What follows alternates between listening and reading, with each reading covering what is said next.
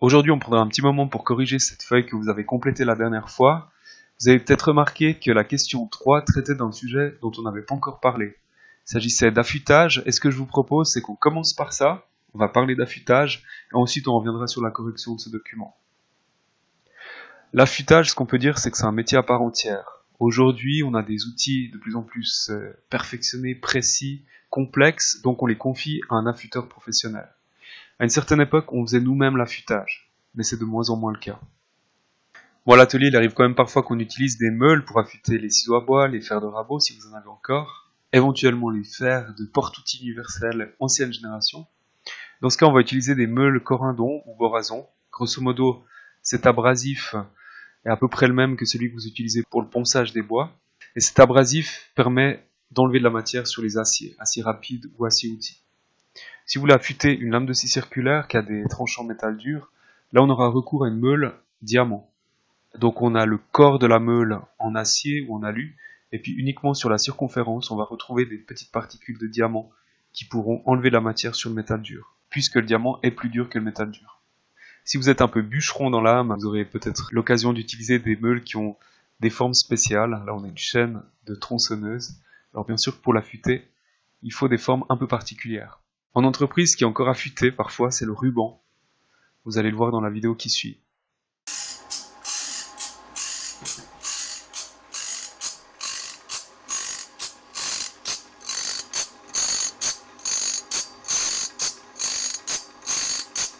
Voilà, en général, on place le ruban et puis on le laisse tourner pendant quelques heures. La meule prend ce qu'elle a à prendre et puis une fois que le ruban a fait quelques tours, il est nickel. Il n'y a plus qu'à le reposer sur la machine. Donc c'est un mécanisme assez simple, mais hyper efficace. Alors vous avez peut-être encore ça en entreprise. Et puis parfois un ruban, ça casse. Alors parfois il faut le ressouder. Donc il existe des machines qu'on a encore en entreprise qui permettent d'abouter les deux bouts du ruban. Donc on fait passer un courant électrique suffisamment fort pour faire chauffer les deux extrémités et pour les souder l'une à l'autre. Du côté des dégots et raboteuses, si on a encore un arbre porte-outils ancienne génération avec des couteaux massifs et réaffûtables, ce qu'il faut souligner, c'est que l'affûtage se fait obligatoirement sur les 4 couteaux simultanément. C'est une question d'équilibrage du porte-outils. C'est un petit peu comme une voiture. Le garagiste qui monte vos pneus, parfois il doit mettre des plombs pour équilibrer la roue, pour éviter les vibrations à une certaine vitesse. Là c'est pareil, il faut absolument que le porte-outils soit parfaitement équilibré, sinon ça va user les roulements de la machine, et forcément, à la longue, engendrer des coûts de maintenance de cette machine. Donc affûtage simultané sur les 4 tranchants. Certaines dégots qui ont des couteaux en acier rapide présentent sur une petite portion de ces couteaux massifs une zone qui était rechargée avec du métal dur. Cela permet d'avancer le guide à 3-4 cm de l'extrémité de la table et puis de dresser les champs de panneaux qui seraient mal sortis de la Strebig avec des éclats. Dans certaines entreprises, on reprend 1-2 mm comme ça sur la dégot. C'est des entreprises qui ne font pas beaucoup de panneaux mélaminés. Donc du coup, plutôt que d'investir dans une lame avec une denture spécifique, eh bien la propreté est obtenue grâce à la dégot. Donc du coup, pour affûter ce genre de couteau, il faudra utiliser une meule diamant pour cette zone, et puis une meule borazon pour le reste qui est en acier rapide. Pour la chaîne amortisée, il existe différents dispositifs pour faire coulisser la chaîne, ou dans la vidéo qu'on va voir, un dispositif de rotation de la chaîne.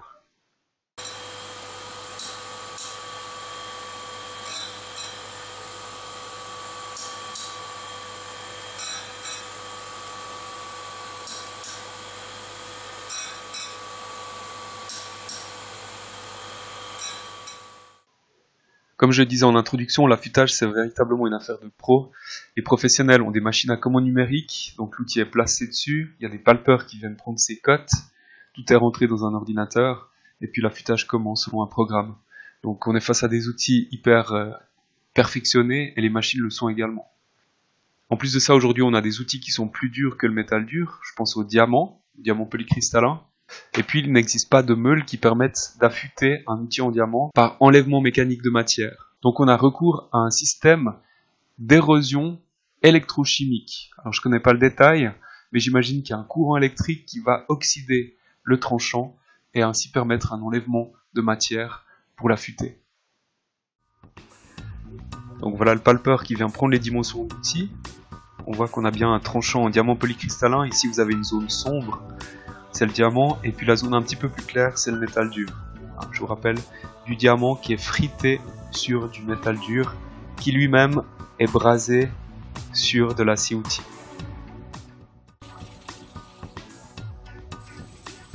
Et voilà l'enlèvement de matière. Donc on a quand même une meule qui tourne, une meule en cuivre semble-t-il, par laquelle un courant électrique doit passer et générer une oxydation du tranchant. Donc un enlèvement de matière qui permet d'obtenir un angle bien affûté. Pour les lames de scie circulaire, c'est le même principe. Là, on a une première phase de palpage. Vous voyez clairement ici le diamant en noir sur la plaquette métal dur un peu plus claire et le corps de l'outil en acier rapide.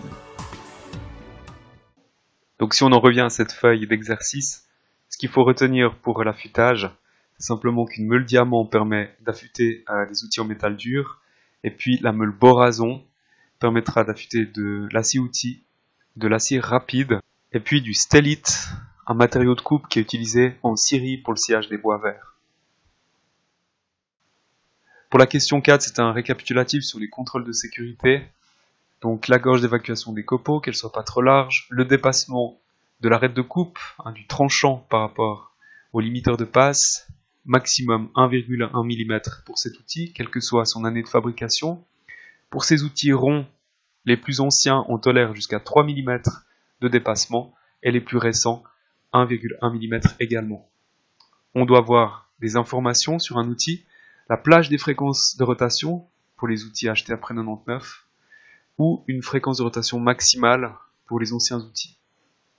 Quelques repérages sur les corps d'outils, donc les lettres gravées, MAN ou MEC, et puis sur les anciens outils qu'on a pu continuer à utiliser, on les distinguait par une pastille verte ou jaune.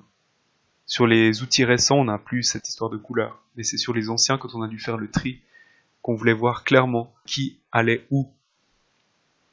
Biffer les outils qui ne sont pas soumis à la réglementation décrite ci-dessus, alors il y avait tout ce qui était mèche à percer, et puis les lames de scie circulaire. MEC ou MAN, dans une machine complètement fermée. MEC. Les accessoires de montage sont profilés en grande longueur.